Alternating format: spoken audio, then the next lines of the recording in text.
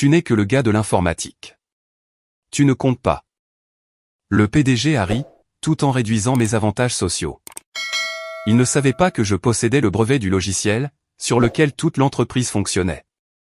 J'ai révoqué la licence, pour rupture de contrat. L'action a chuté de 80% du jour au lendemain. Salut Reddit, attachez vos ceintures, car voici l'histoire de comment je suis passé du simple gars de l'informatique, à l'homme qui a fait couler l'action d'une entreprise d'1 milliard d'euros en une seule nuit. Et oui, c'était tout à fait légal. Je m'appelle Joël, un homme de 37 ans. Cela s'est passé il y a 6 mois, et j'essaie encore d'assimiler le chaos absolu qui a suivi. Certaines nuits, je me réveille en pensant à quel point j'ai failli, tout simplement, accepter mon sort. Mais ensuite, je me rappelle ce qui s'est passé juste après, et je dors comme un bébé. J'ai travaillé chez Apex Solutions pendant 9 ans. J'ai commencé comme analyste système junior, juste après l'université, et j'ai gravi les échelons, pour devenir architecte principal en infrastructure. Ça a l'air chic, n'est-ce pas? Pour la plupart des gens dans l'entreprise, j'étais toujours juste le gars qui réparait les bourrages papier, et qui réinitialisait les mots de passe. Laissez-moi vous brosser un tableau de ce qu'était Apex quand j'ai commencé. Une petite structure, peut-être 85 employés au total, dont le siège était dans un entrepôt rénové, dans le quartier industriel de Seattle. Le genre d'endroit où tout le monde se connaissait, et où le PDG se souvenait réellement de votre prénom, lors des pique-niques d'entreprise. J'avais 28 ans, j'étais tout juste diplômé de l'université de Washington, avec un diplôme en informatique, et j'avais environ 73 000 € de prêts étudiants suspendus au-dessus de ma tête. Apex m'a offert 52 000 € par an, ce qui m'a fait l'effet de gagner à la loterie à l'époque. Mon appartement était une boîte à chaussures à Fremont, avec 3 colocataires, et une salle de bain qui sentait la moisissure. Mais j'avais un emploi dans mon domaine, et c'est tout ce qui comptait. Le travail était simple, au début. Maintenance de la base de données, assistance aux utilisateurs, et empêcher le réseau d'imploser, chaque fois que quelqu'un ouvrait trop d'onglets dans son navigateur. Nos systèmes étaient antiques. Je parle de logiciels de la fin des années 90, qui tenaient ensemble avec du ruban adhésif et des prières. La plateforme principale était cette monstruosité, appelée Data Core Legacy. Elle gérait absolument tout, de la gestion des stocks à la facturation des clients, en passant par le suivi des projets. Le truc plantait au minimum 2 fois par semaine, perdait des données de façon aléatoire, et nécessitait des redémarrages manuels, qui prenaient 3 heures. Nous avions 6 personnes dont le seul travail consistait, purement et simplement, à le maintenir fonctionnel. J'ai passé mes 2 premières années à apprendre ce système, de fond en comble. Chaque bizarrerie, chaque bug, chaque solution de contournement. Je suis devenu vraiment doué pour expliquer aux chefs de département en colère, pourquoi leur rapport trimestriel avait disparu dans le néant. Mais voici ce que personne ne savait. Après 5 ans passés là-bas, j'ai construit quelque chose de révolutionnaire. La 5e année a été celle où j'ai atteint mon point de rupture avec Data Core. Nous venions de perdre un client majeur, Patterson Industrial, d'une valeur de 4,2 millions par an, parce que notre système avait corrompu 3 mois de données de leur projet. Tout avait simplement disparu, évanoui dans le vide numérique, comme si cela n'avait jamais existé. Le directeur technique de l'époque, un gars nommé Ron, a convoqué une réunion d'urgence. Nous devons faire une mise à jour, a dit Ron. Data Core est en train de nous tuer. La direction a fait appel à des consultants. 3 cabinets différents, chacun proposant un devis situé entre 15 et 22 millions d'euros, pour une refonte complète. Temps de mise en œuvre, 24 à 36 mois. Le conseil d'administration a rejeté toutes les propositions. Trop cher, trop risqué, trop long. Donc, nous sommes restés avec Data Core, et je suis resté en colère. C'est à ce moment-là que j'ai commencé à travailler sur quelque chose, pendant mes heures libres. Ma petite amie de l'époque, Rebecca, était une infirmière qui travaillait en horaire décalé. Elle partait au travail, et je m'asseyais à mon bureau, installé à la maison. Rien de fantaisiste, juste un ordinateur de bureau que j'avais monté moi-même, et 3 écrans que j'avais achetés lors des soldes du Black Friday. Et je codais tous les soirs, parfois jusqu'à 3 heures du matin. Les week-ends y passaient aussi. Rebecca détestait ça. Tu travailles toute la journée, puis tu rentres à la maison, et tu travailles toute la nuit sur les mêmes trucs. C'est différent, je lui disais. Ça, c'est à moi. J'ai passé 18 mois à construire ce système, à partir de zéro. J'ai appris le Python, même si je n'avais fait que du Java et du C++ auparavant. Je me suis formé tout seul, sur 3 frameworks différents. J'ai regardé, probablement, 400 heures de tutoriels. J'ai lu de la documentation, jusqu'à ce que ma vue se brouille. Le framework que j'ai construit était adaptatif. Il apprenait des modèles d'utilisation, optimisait ses propres processus, et évoluait automatiquement, en fonction de la demande. Il pouvait gérer 10 fois la charge de données actuelle d'Apex, sans même transpirer.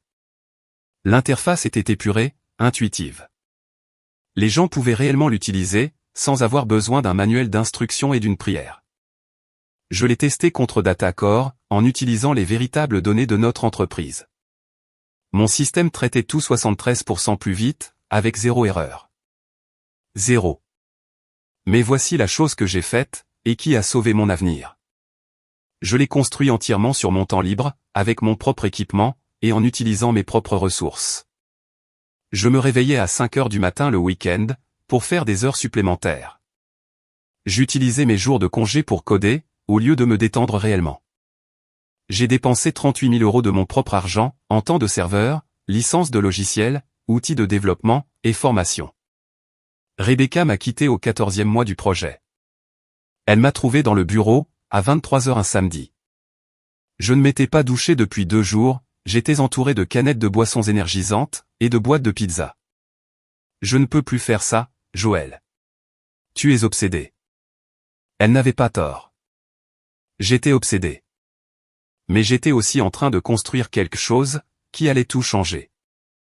Le jour où j'ai terminé la version bêta, je me suis adossé à ma chaise, à 4h17 du matin, et j'ai juste fixé l'écran. 18 mois de ma vie, juste là, fonctionnel, magnifique, parfait. Je me suis écroulé de fatigue, pour dormir pendant 14 heures d'affilée après ça. Quand je l'ai finalement montré à Ron, le gars a failli tomber de sa chaise. Joël, c'est incroyable. C'est exactement ce dont nous avons besoin. C'est mieux que n'importe quelle proposition de consultant que j'ai vue. Ouais, ai-je dit, je sais. Combien de temps prendrait la mise en œuvre? Je peux nous rendre totalement opérationnels en 6 semaines. Les yeux de Ron se sont écarquillés. 6 semaines? Les consultants ont dit 2 ans minimum. Je l'ai construit spécifiquement pour notre infrastructure. C'est du prêt à l'emploi. Ron a convoqué une réunion de direction, dès le lendemain. J'ai fait la démonstration, dans la salle de conférence principale. Je leur ai montré la vitesse de traitement, l'intégrité des données, la capacité d'évolution, l'ensemble complet. La directrice financière, une femme nommée Margaret, a posé la question que j'attendais. Qu'est-ce que ça va nous coûter? Je vais accorder une licence à l'entreprise, à des conditions raisonnables. Vous l'accordez sous licence? Ce n'est pas la propriété de l'entreprise. C'est à ce moment-là que j'ai sorti la documentation, que mon ami avocat, Kevin, m'avait aidé à préparer. Construit entièrement en dehors des heures de travail, en utilisant des ressources et du matériel personnel. Selon mon contrat de travail, c'est ma propriété intellectuelle, mais je suis heureux de laisser Apex l'utiliser. Margaret a regardé Ron. Ron a regardé le PDG, Andrew. Andrew m'a regardé. Quelles sont vos conditions? J'avais pensé à ce moment pendant des mois, je l'avais répété dans ma tête, tout en déboguant du code à 2 heures du matin. Une licence pour 50 000 € par an, ajustée annuellement sur l'inflation, et je conserve l'entière propriété du brevet et du code source. Andrew a hoché la tête lentement. C'est plus que raisonnable. Bon sang, Joël, nous paierions probablement 10 fois ça, pour ce que vous nous avez montré. Je sais, ai-je dit, mais je n'essaie d'escroquer personne. Je veux juste être protégé. Kevin avait été très clair à ce sujet. Garde des frais de licence raisonnables, mais conserve la propriété. Cette propriété, c'est ta police d'assurance. Ils ont accepté. Nous avons signé les contrats. J'ai eu une prime pour la mise en œuvre, 12 000 €, et une plaque qui disait l'excellence en innovation. J'avais dépensé 38 000 balles pour construire le truc, mais peu importe. J'avais ma protection, et c'est ce qui comptait. La mise en œuvre a pris exactement 5 semaines et 3 jours. Nous avons fermé DataCore un vendredi soir, et nous avons tout migré vers mon système pendant le week-end. Le lundi matin, les gens sont arrivés, et tout a simplement fonctionné. Pas de plantage, pas d'erreur, pas d'appel frénétique à l'informatique pour des données perdues. Les gens ne savaient plus quoi faire d'eux-mêmes. Nos tickets d'assistance technique ont chuté de 67% dès la première semaine. Dans les 6 mois qui ont suivi, les résultats étaient indéniables. Apex a soudainement pu accepter des contrats que nous refusions depuis des années. Les projets sur lesquels DataCore se serait étouffé, mon système les gérait sans sourciller. Notre clientèle a explosé. Des cabinets d'ingénierie ont commencé à venir nous voir pour la gestion de données complexes. Des entreprises manufacturières voulaient notre suivi logistique. Les revenus sont passés de 47 millions annuels à 89 millions la première année. À la deuxième année, nous avons atteint 136 millions. Troisième année, 183 millions. L'entreprise est passée de 85 employés à plus de 400. Elle a ouvert des bureaux à Portland et à Austin. L'entrepôt d'origine a été remplacé par un véritable bâtiment d'entreprise à South Lake Union. J'ai été promu architecte principal en infrastructure. Mon salaire a grimpé à 94 000 euros. Un bon salaire, mais rien de fou, si l'on considère que j'avais construit le moteur qui alimentait toute l'opération. Pendant 4 ans, tout s'est déroulé sans accroc. Puis, Andrew a pris sa retraite. En décembre 2023, il a annoncé qu'il se retirait. Le conseil d'administration a commencé à chercher un remplaçant. Il voulait quelqu'un de dynamique, qui pourrait faire passer Apex au niveau supérieur. En janvier 2024, ils ont embauché Gregory Shen, 34 ans, MBA de Stanford. 3 ans passés dans une société de capital investissement, où il avait restructuré l'efficacité opérationnelle, dans 6 entreprises différentes. Traduction, il avait réduit les coûts, licencié des gens, et embelli les chiffres à court terme. Andrew m'avait prévenu avant de partir. Nous avions pris un café près du bureau. Joël, fais attention avec Gregory. Le gars est intelligent, mais il ne comprend pas ce que nous avons construit ici. Gregory a commencé le 1er février. La première semaine, je suis entré dans son bureau pour notre entretien individuel. Le gars avait déjà tout réaménagé. Les murs étaient couverts de ses affiches de motivation, parlant d'adopter la disruption. Je le détestais déjà. Joël, ravi de vous rencontrer. Il ne s'est pas levé. Nous avons parlé de mon système. Il semblait méfiant, par rapport à l'accord de licence. Il semble que nous payons trop cher. Le système est en place depuis des années. Ma mâchoire s'est crispée, parce que c'est ma propriété intellectuelle. Les frais incluent la maintenance continue et les mises à jour. D'accord. Nous reverrons cela. La deuxième semaine, Gregory a convoqué une réunion générale. La salle de conférence était pleine à craquer. Il se tenait à l'avant, avec un cliquet de présentation. Nous devons évoluer. Si nous ne nous adaptons pas, nous mourrons. Il a cliqué sur la diapositive suivante. Initiative d'optimisation opérationnelle. Le jargon d'entreprise pour désigner des licenciements. Il a passé 47 diapositives. À la diapositive 23, il en est venu au fait. Notre infrastructure technologique nécessite une modernisation. Nous sommes en sureffectif et sous-performants. C'était des conneries. Mon équipe était réduite et efficace. Mars est arrivé. Le 15 mars a commencé comme n'importe quel autre jeudi. Arrivé au bureau à 7h45. Pris un café à la machine du hall. Vérifié les journaux du système de la nuit. Tout fonctionnait parfaitement. Zéro erreur. 99,97% de temps de fonctionnement pour le mois. À 9h30, mon calendrier a sonné. Une invitation à une réunion de l'assistante de Gregory. Discussion sur la rémunération. Salle de conférence B, 10h. Pas de contexte, pas d'ordre du jour, juste ça. J'aurais dû m'en douter, à ce moment précis. La salle de conférence B était la petite salle. Celle qu'ils utilisaient pour licencier les gens. Elle était insonorisée, et sans fenêtre. Privée. Je suis entré à 10h pile. Gregory était là, avec Amanda Reeves, la nouvelle directrice financière qu'il avait fait venir de sa dernière entreprise. Elle avait la trentaine. Elle avait toujours l'air de venir de renifler quelque chose de pourri. Et assis dans le coin, il y avait ce type que je n'avais jamais vu auparavant. Costume cher, porte-documents en cuir, le look de l'avocat d'entreprise. « Joël, asseyez-vous » a dit Grégory, toujours sans se lever. Un jeu de pouvoir. Je me suis assis. Nous apportons quelques changements à notre structure de rémunération, a commencé Grégory, avec ce ton faussement amical qui me donnait la chair de poule. Dans le cadre de notre optimisation opérationnelle. Nous passons à un modèle basé sur les performances, qui s'aligne mieux sur les standards de l'industrie. Amanda a fait glisser un dossier sur la table. Voici les nouvelles conditions. Je l'ai ouvert. Mon salaire était réduit de 94 000 à 67 800 €, soit une baisse de 28%. Prime annuelle entièrement supprimée. Assurance maladie remplacée par un plan à franchise élevée, où je devrais payer 6 000 € de ma poche avant que la couverture ne commence même. Jour de congé réduit de 18 à 12. J'ai levé les yeux. C'est une blague, n'est-ce pas? Ce sont des corrections au taux du marché, a dit Amanda. Clinique, comme si elle lisait un script. Nous avons analysé des postes comparables à travers l'industrie.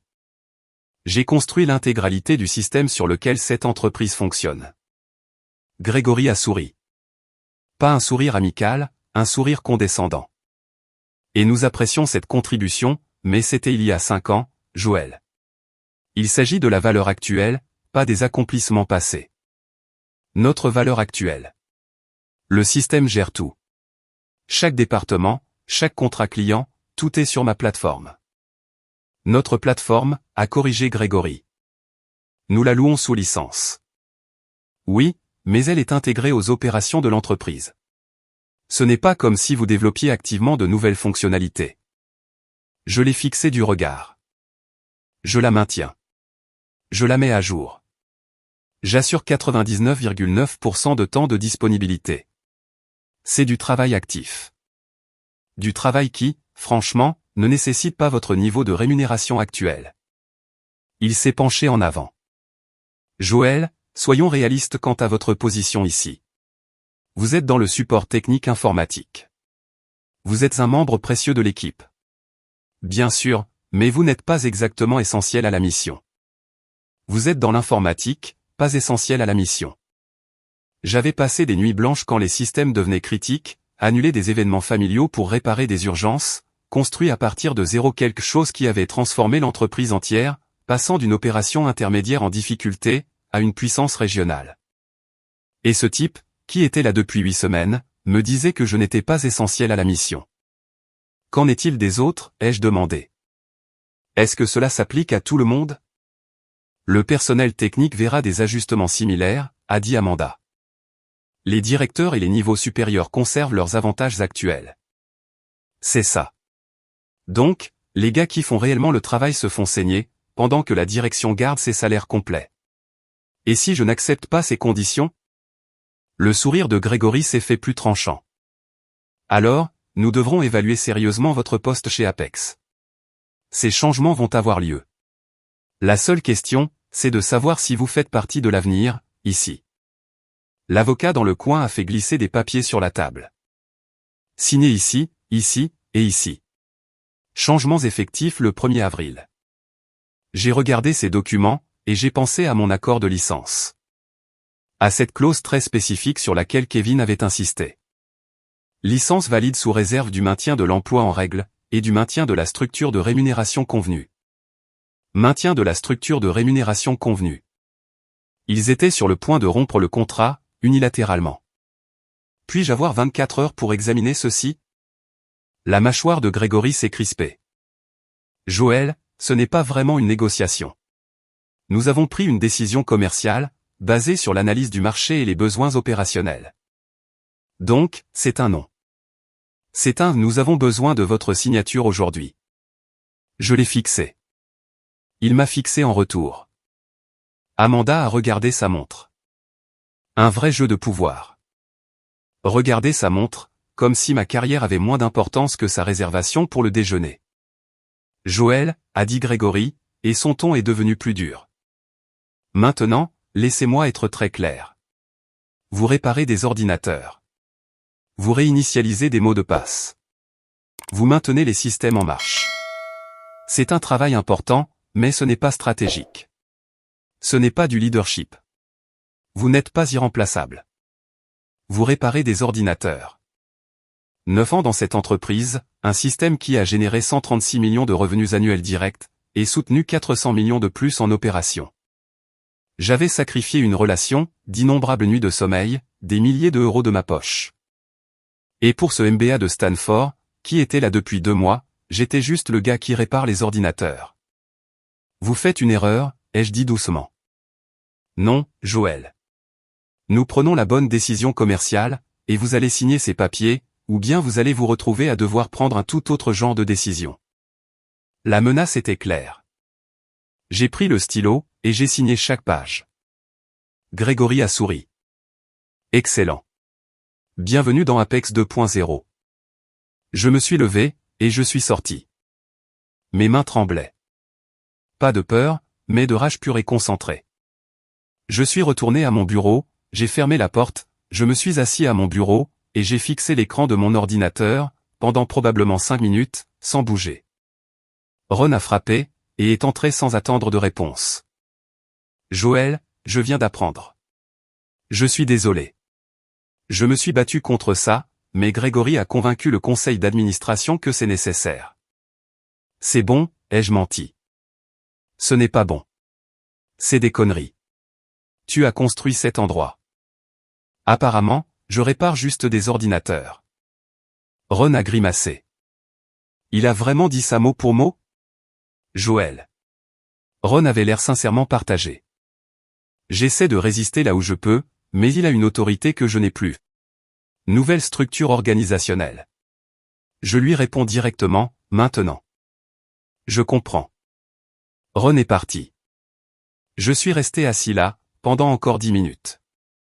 Puis j'ai sorti mon téléphone, et j'ai appelé Kevin. Et mec, quoi de neuf? Il faut que je te voie ce soir. C'est important. Quelque chose dans mon ton l'a empêché de poser des questions.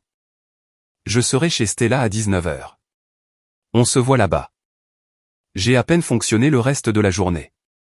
J'ai répondu au ticket en pilote automatique. J'ai évité tout le monde. Je suis parti à 17h pile.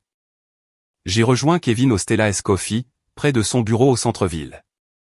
Il était déjà là quand je suis arrivé, en train de travailler sur son ordinateur portable. Le droit des sociétés, ça ne s'arrête jamais. Je me suis assis, et j'ai tout expliqué. La réunion, la baisse de salaire, les commentaires de Grégory, mot pour mot. Kevin a écouté, sans m'interrompre. Quand j'ai eu fini, il est resté assis là pendant une seconde. As-tu toujours ton accord de licence? Ouais. Pourquoi? Ouvre-le. J'ai ouvert mes emails, trouvé le contrat signé, et je lui ai montré. Kevin l'a lu, l'a relu, puis a commencé à sourire. Joël, comprends-tu ce que tu as ici? Un contrat. Une option nucléaire. Il a pointé la clause 7, sous-section 3. Licence valide sous réserve du maintien de l'emploi en règle, et du maintien de la structure de rémunération convenue. Ouais, c'est la protection que nous avons mise en place. Joël. Ils viennent de violer ce contrat. Ils ont réduit unilatéralement ta rémunération. Cela viole directement les conditions de la licence. Tu peux révoquer leur licence, immédiatement. Le poids de cette révélation m'a frappé comme un camion. Que se passe-t-il si je fais ça? Kevin s'est penché en arrière, son sourire d'avocat s'élargissant. Leur système entier cesse de fonctionner. Ils ne peuvent plus accéder à ton logiciel. Ils ne peuvent plus traiter de données. Ne peuvent plus honorer de contrats. Ne peuvent plus opérer. L'entreprise entière s'arrête complètement. C'est légal? Totalement. C'est ta propriété intellectuelle. Ils ont rompu le contrat. Tu retires la licence. C'est clair comme de l'eau de roche. Nous pouvons tout documenter. La réduction de rémunération, la violation des conditions, ton droit de résilier. N'importe quel juge serait de ton côté, immédiatement. Je suis resté assis là, à assimiler. Qu'en est-il de mon emploi? Ils vont me licencier sur le champ.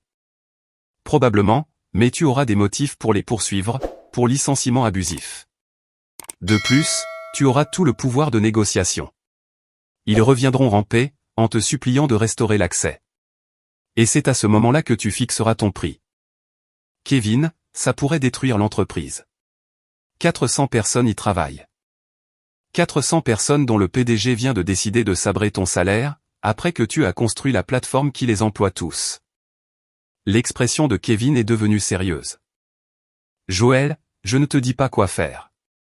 Je te dis ce qui est légalement possible. Grégory a pris une décision commerciale.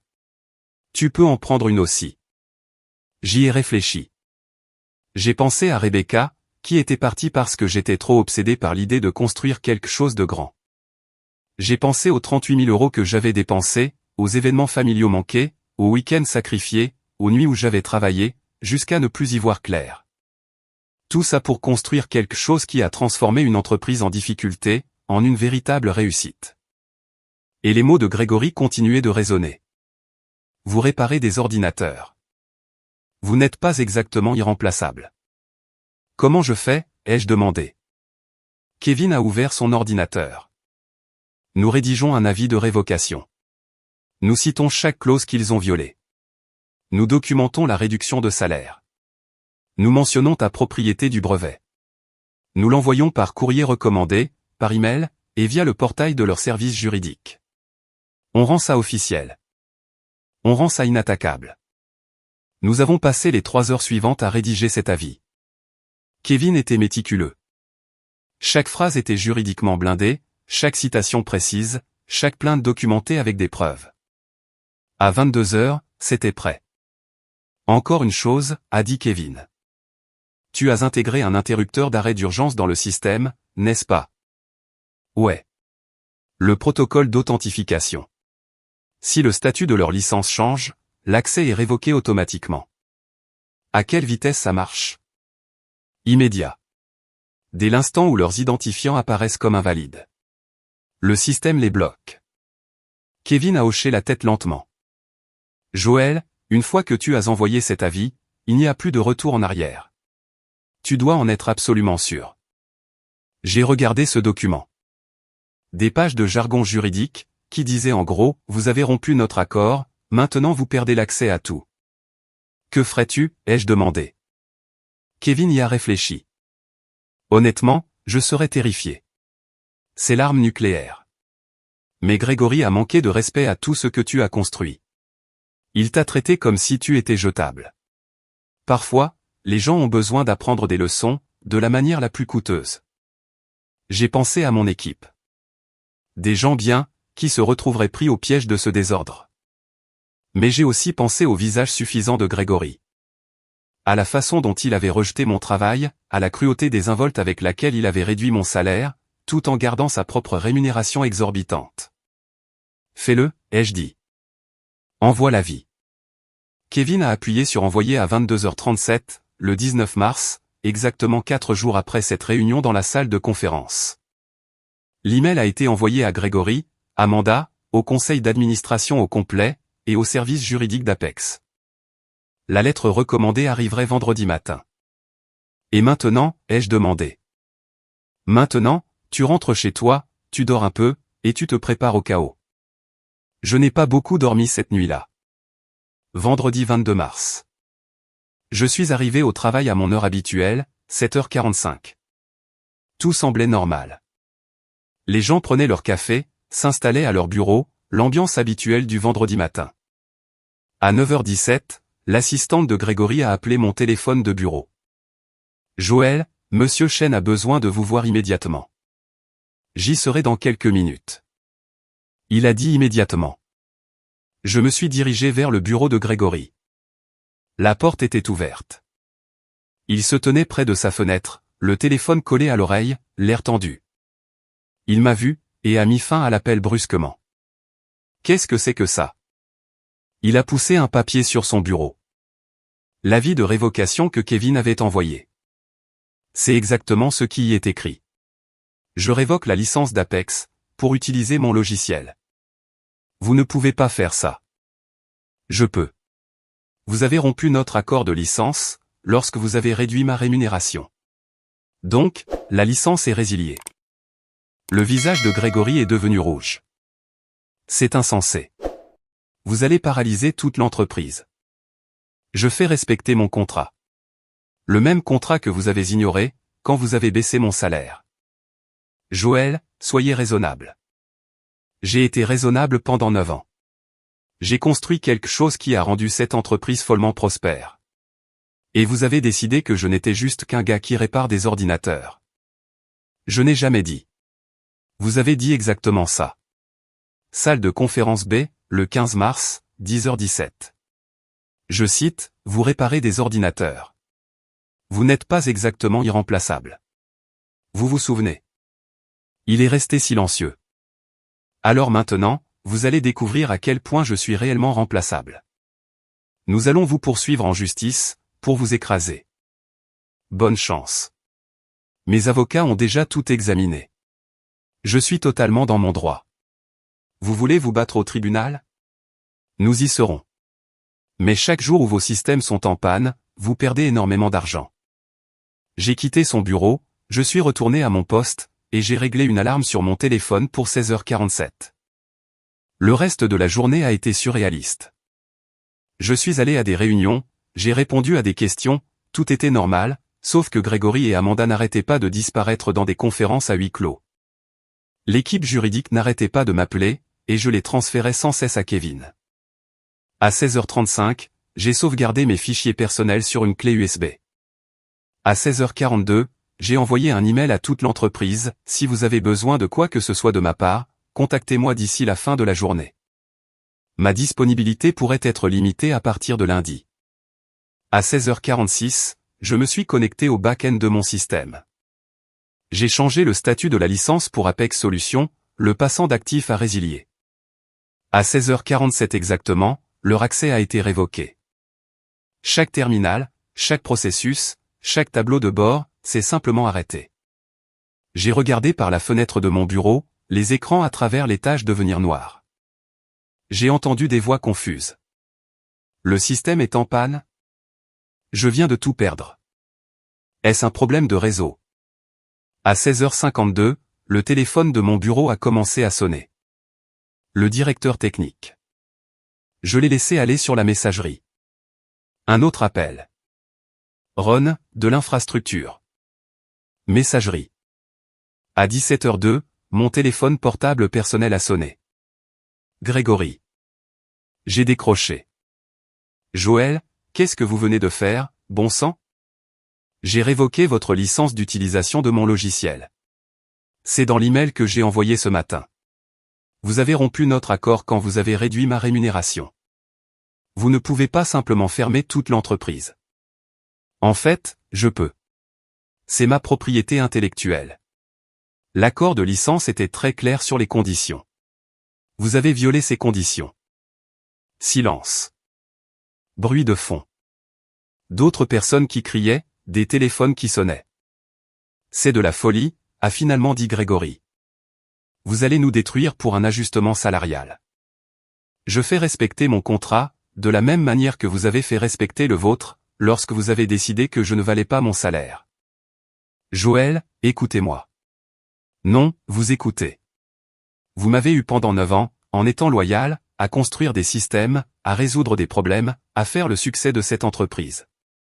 Et vous avez récompensé ça en baissant mon salaire de 28%, et en me disant que j'étais remplaçable.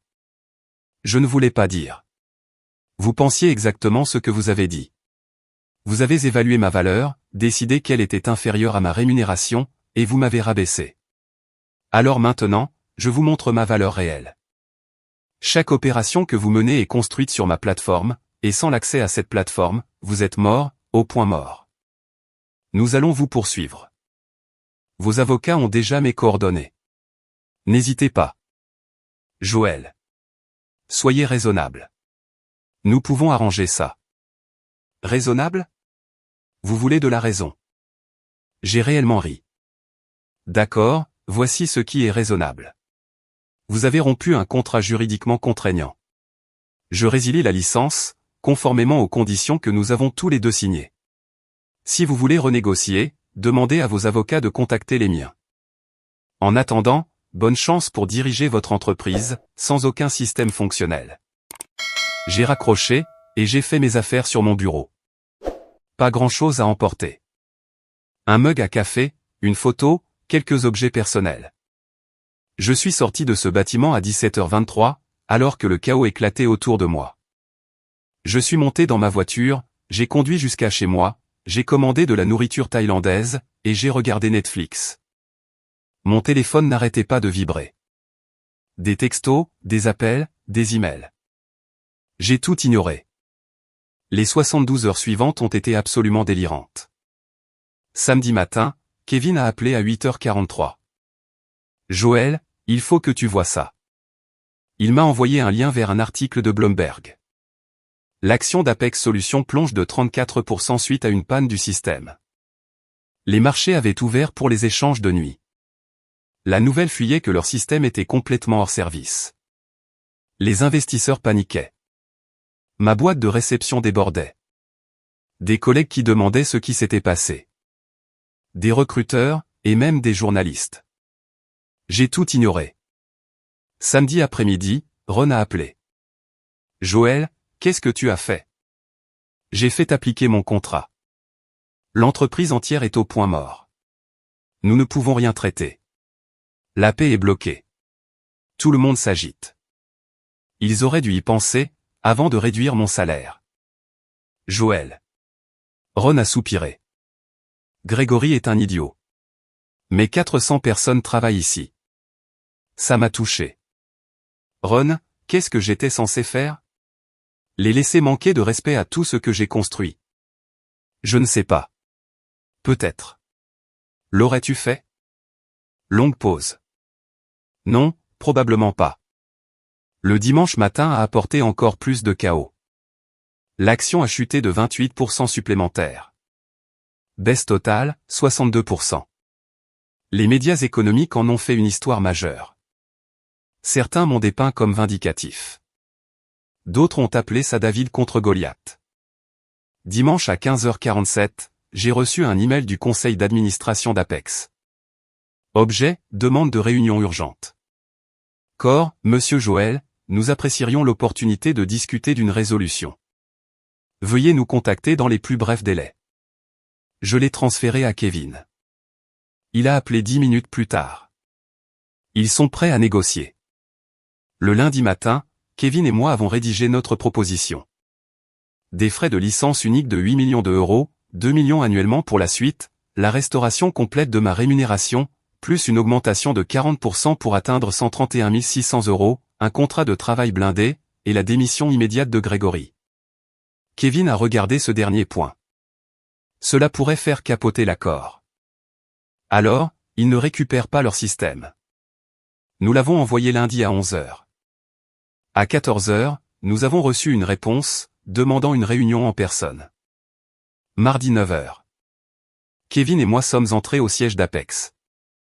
Le hall était chaotique. Des téléphones qui sonnaient sans arrêt. Des employés regroupés, chuchotant. La sécurité avait l'air stressée.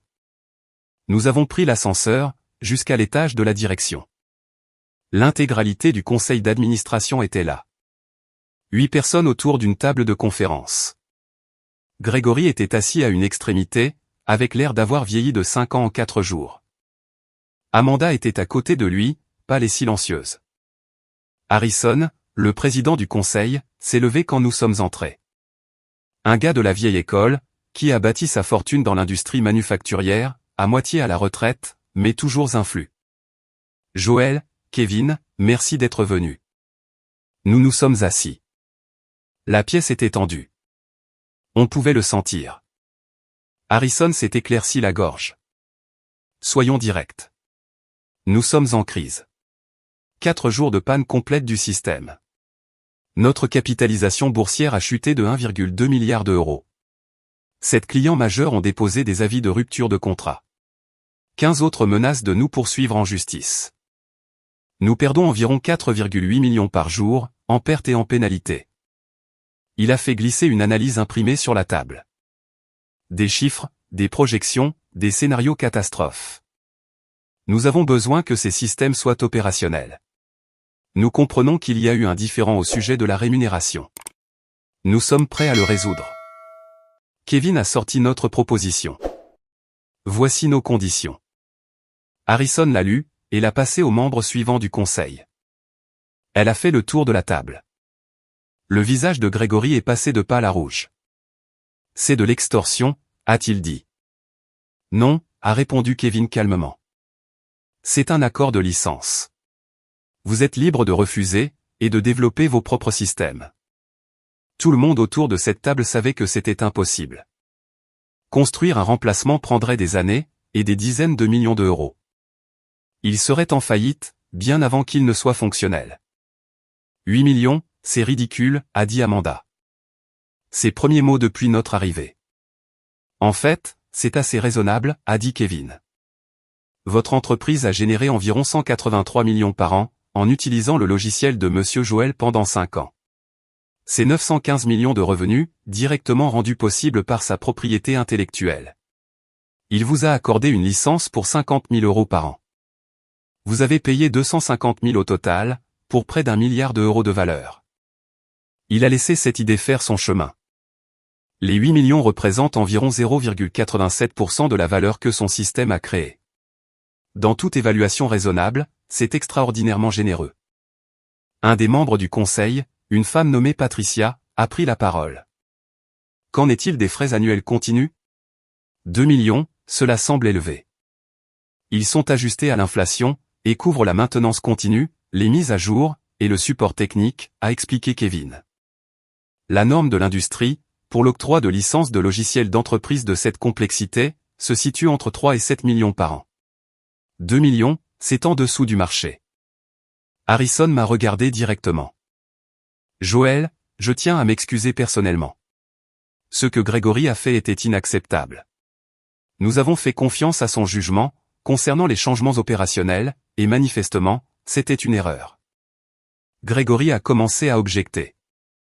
Harrison l'a coupé avec un regard. Nous aurions dû évaluer votre contribution correctement dès le début, a poursuivi Harrison.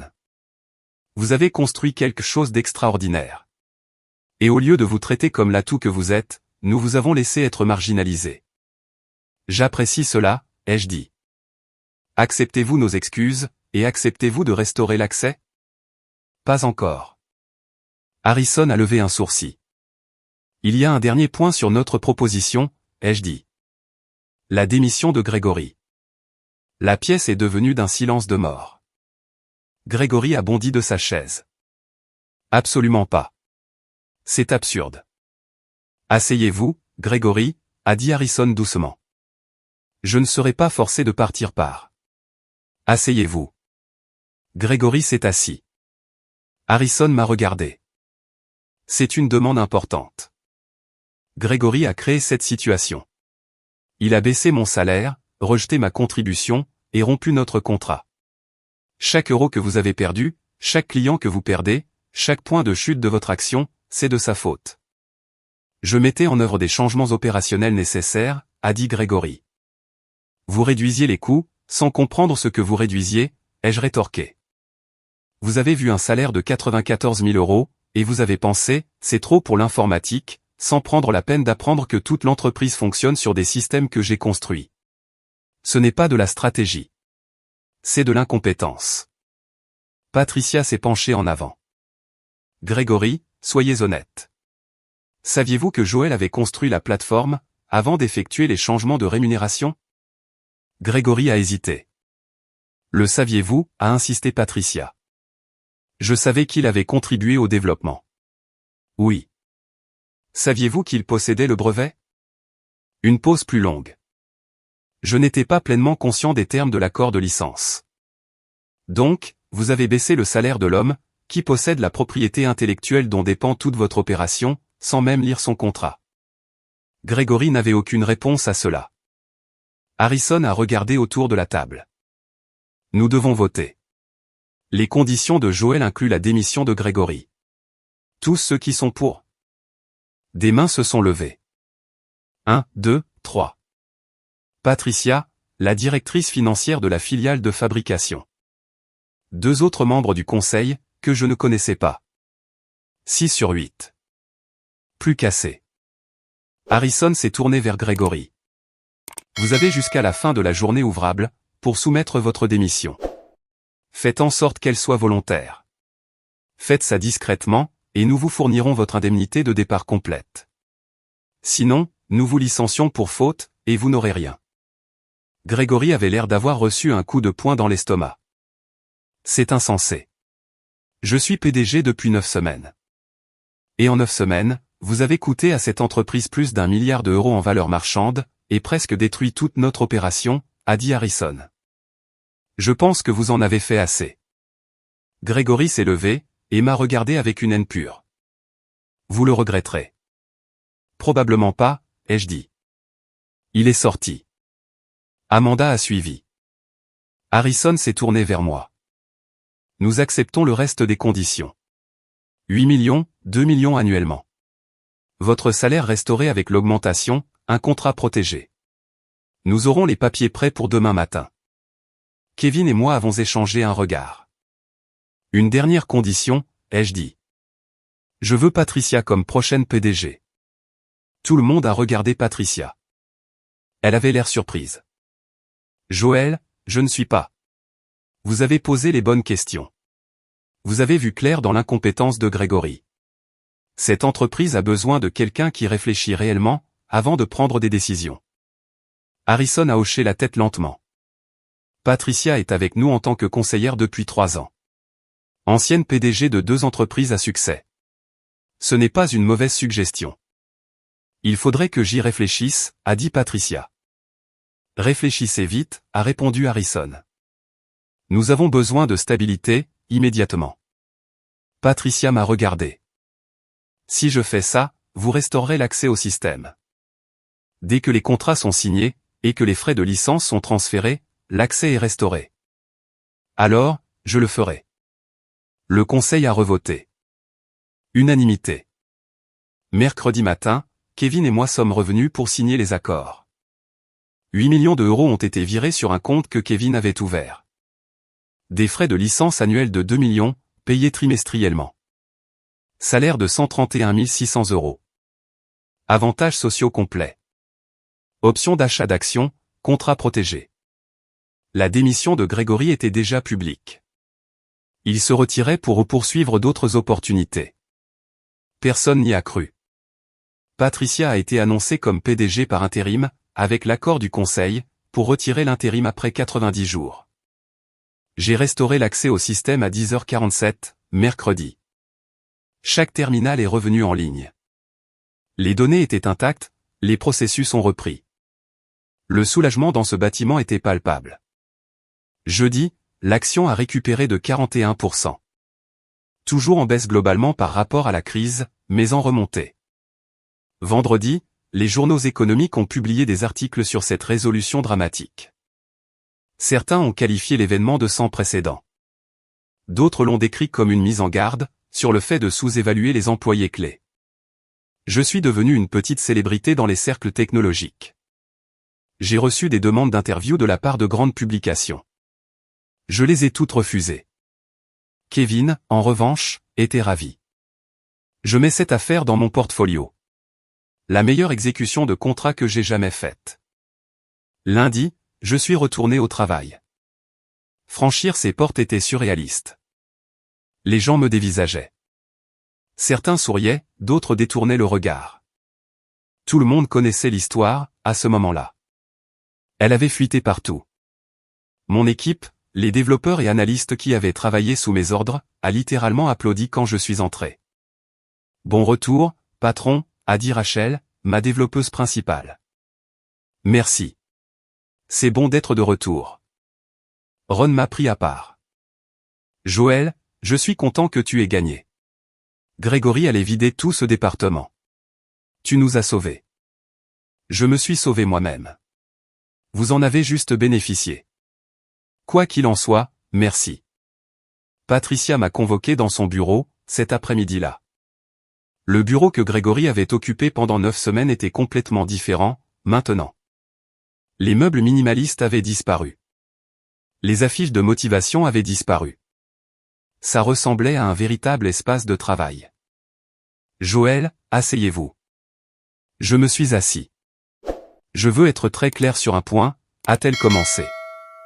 Ce qui s'est passé ici était inexcusable. Vous avez construit quelque chose d'extraordinaire, et au lieu de le valoriser, nous vous avons traité comme si vous étiez remplaçable. J'apprécie cela. Je veux aussi que vous sachiez que des changements sont en cours. De vrais changements.